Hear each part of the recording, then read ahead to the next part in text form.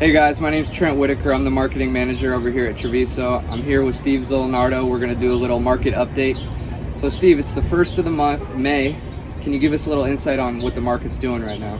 Yeah, so if we want to talk about the first quarter of this year, basically we had like an up and down kind of market. It was kind of weird with new construction. We took off pretty heavily. We did about 20 to 22 deals in the first quarter of this year, and this is all new construction. This is out of state, out of country clients, so buying new construction. What we saw in the resale, just a little bit of a drop off, a lot more months of inventory on the market. We saw, well, it was like 6.7 months of inventory. Now we're starting to come down. I got some graphs here I'm going to show. We're going to input into the actual video here. Days on market were longer. Value of properties have come down. But as of now, like if I could just show you this graph, I think it's imperative. I'm a little bit of a nerd with numbers. But let's talk about this because this is very important numbers wise. It will go from, let's say, single family dwellings from January of this year, clearly. So we went from average sales price of $692 in Bonita Estero, and now as of March went to $711,000. This is average sales price till April, where it was $830,000. So the market jumped up 16% in value in the last month. This is why I'm telling people to buy real estate in Florida now. It's not going to get cheaper. This is going to be the norm here, where you won't be able to afford real estate in Florida. It's way too cheap now for what you're getting quality of life, to be honest. And again, I feel we're at the rock bottom. We'll talk about that a little later, why I think we're at rock bottom and why we should start buying now. How normal is 16% in a quarter? Is that pretty irregular? That's aggressive. That's 16%. aggressive? Imagine you bought something for $1 million, now it's worth $1,160,000 a month later. It's unsustainable, to be honest. Yeah. But I think what happens is that with our market here, again, look where we are, Coconut Point. It's absolutely beautiful. Like, you can buy in Verdana Village right now in a pretty nice house, like say a Venice or a Trevi model from Lennar, which is up the street for under $600,000, which seems a lot to maybe someone that lived in Florida their whole life. Maybe does that sound a lot? No, not at all. Okay, good. But you lived in a different area. Your houses are all multi-million-dollar properties. But still, I think that's reasonable. You know, just talking to people my age, that first-time home buyers, that's usually where the market for them is, around $600K. Yeah. Okay. Yeah. So even a lot of people I talk to, they're at a different. They always see things very, like people from Fort Myers, stuff like that. Like $350 was like the average. Yeah, back in the day. Yeah. But now, you know, that's what it is. Times has progressed. Yeah. Okay. So again, you can just move down the street for under $600,000. You're going to have all this. At some point, that's going to be $1 million to get this. You know what you're getting, the quality of life, the luxury. But let's keep going on with the statistics here. So we're getting sales price have gone up 16% month over month. That's from like March to April. And this is the perfect recipe for sellers. I know we have a few listings right now, like resale. They're a little bit worried. Did the snowbirds leave, or we're going to have an opportunity to sell? And I'm saying, don't worry about it. We're going to sell. There's no question. Look, new listings have come down about 11% over month. So sales prices have come up and listings have come down. This is why prices are going up. Home sales are just around the same range. The days on market have come down 113%.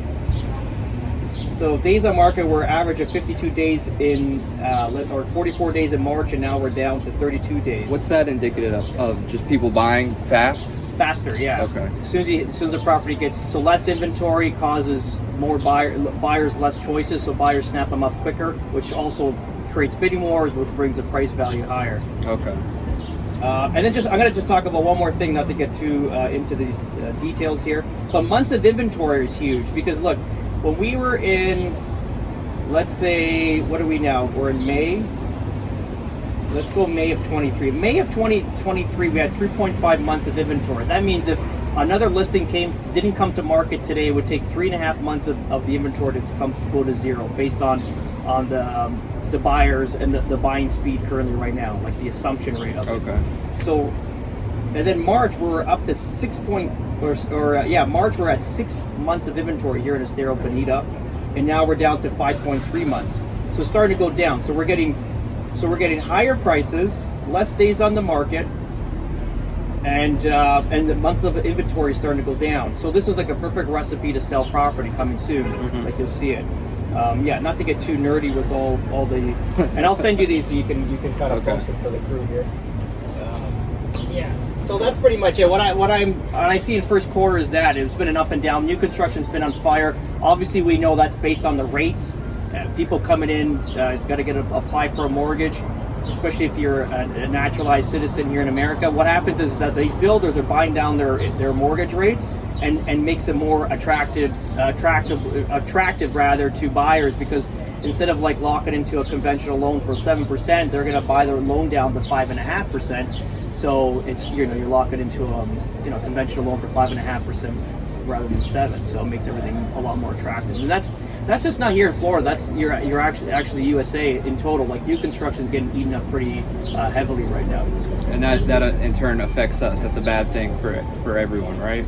With if everyone's buying those up, is that hurting us in the end? No, it's hurting the resale market, because what happens is that that's why months of inventory are so high, because buyers, instead of chewing up the resale market, they're like, screw it, we'll buy a new construction, we'll wait for it to get built, but we're going to lock into a better rate. Okay. Or if there's a quick move in, like a lot of the properties we sell, they have way better deals, so they'll buy the rate even further. Like I've seen up to like 4.8% on a mortgage when things are 6.5 to 7.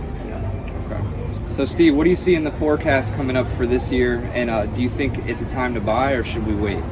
Yeah, it's a great question. I think, look, as the rates are still high, we're in an election year, clearly. We just came out of a little seminar, and it was based on does politics affect economy? And what they came up with, and this is obviously a very Republican meeting here in Fort Myers. It was in Fort Myers. And he said it's not going to make a difference if who's in power. The economy is on fire. It's going to keep rolling right now. Which is good, because we don't know, who's going to win. So we have an idea, but we don't until it's done.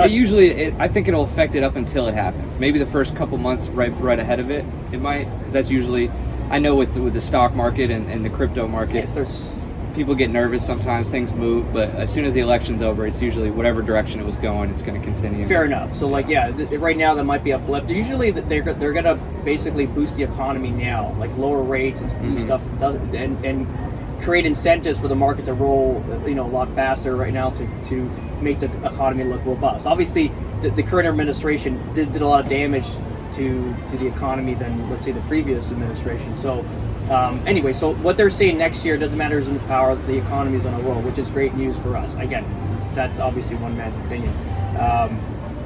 What I'm looking at, to be honest, is the buying power right now with big real estate investment trusts like Wall Street buying into Main Street. This is my biggest worry, and this is not just for myself, it's also for children, our kids in the future, right?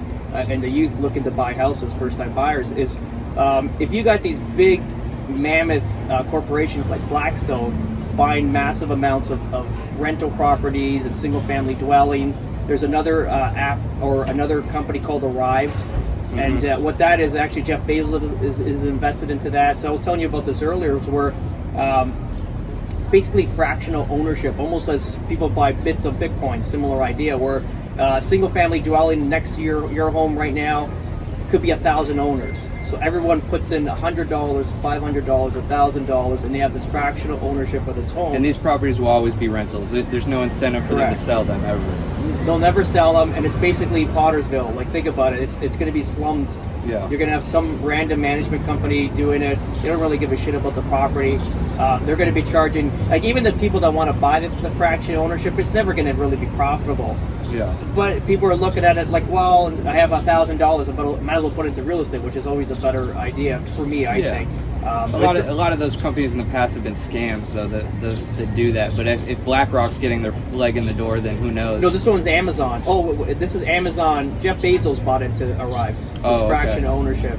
Like Blackstone right now is just, again, this year here they did two major deals that reported. One, a $3.5 billion that accumulated 37,000 apartment buildings. That sounds like it shouldn't be legal. Yes, it's. I remember, like, in America back in Standard Oil time, like John D. Rockefeller, they actually split their company, Standard Oil, because it was too wealthy. It was too rich. It was a threat to the actual United States based on its wealth. And Blackstone is there now. They're worth $10 trillion.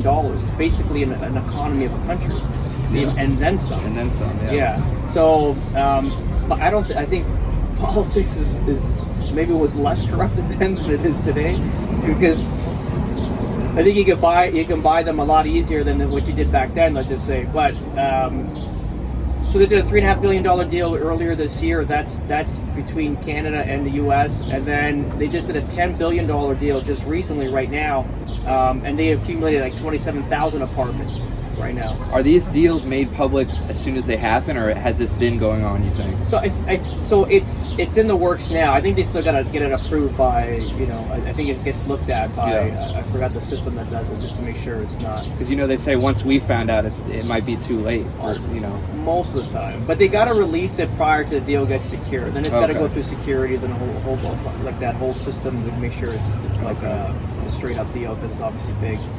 But again, and what happens with that is if Wall Street's buying up single family dwellings, buying up apartments, and if you see all along, the 75 here, the 75 or interstate, it's literally, you see all these rental apartments getting built. They're building like a rental economy in the future. Yeah, I don't hear anybody talking about, oh, I want to buy a house. Everyone's it's just rent. It's just paycheck to paycheck for a lot of people. And that's sad, like you said, it doesn't build community. Yeah. It's just people coming in and out. People coming in and out, and you never get that affordable. Listen, not everyone's going to be rich, whatever, but it's like your home was your nest egg for the future, your retirement. Yeah. Like you bought yourself a larger house for your family, if it's 3-4 bedroom, whatever it is, bigger home. And at some point you sell it when you retire. Like, I'm going to downsize. You liquidate, $500,000 out of it. You buy a smaller house for maybe half of that, and you got all this liquid cash sitting, so you can kind of enjoy your golden years. So imagine, that's a generation past. It's just imagine now, like this young generation coming in. You're 31. It's going to be your generation coming in. If they're not, saving money, doing joint ventures right now, and accumulating real estate, they could be a threat never being able to own a home based on the current prices. So like you said, like now this is the average prices for a sterile, like 600,000, let's just say, or 830,000 for a single family dwelling here. Like, we're used to this up north. Clearly, it's still very cheap for what you're getting from what we pay. Like a house like mine is probably $3.5 million. Yeah, when I saw those prices, that was insane. Yeah, I can't believe that. The house that I'm currently living in up north is about $3.5 million, easy. And then here you buy it for like 1.2. This is crazy. And that'll be 1.5 probably, I think, by mid next year to the end of next year. And I think that'll be a $2 million house in the next 3 to 5 years easily. That's insane. That's just because the economy, just the difference in economy.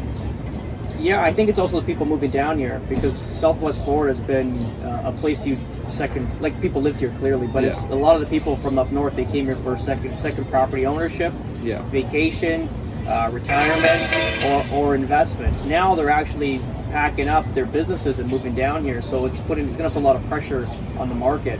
And remember, look at all of Florida. If you go to the East Coast, you want to get into, like Hollywood, Miami, or Fort Lauderdale, Boca, Jupiter, all that side there, like the prices are very expensive for what you're getting. Yeah, it's insane. It's a whole different thing over there. A whole different thing, and a lot less quality. And the beaches, let's face it, they're not like ours. No. So you can come to Southwest Florida. Obviously, it's a smaller community feel too, and smaller community, but ultimately you get a lot more bang for the buck and more of the beautiful side of Florida. It doesn't even make sense on paper. It doesn't. Yeah. Hey guys, thanks for watching. We'll tune in next time. See you guys.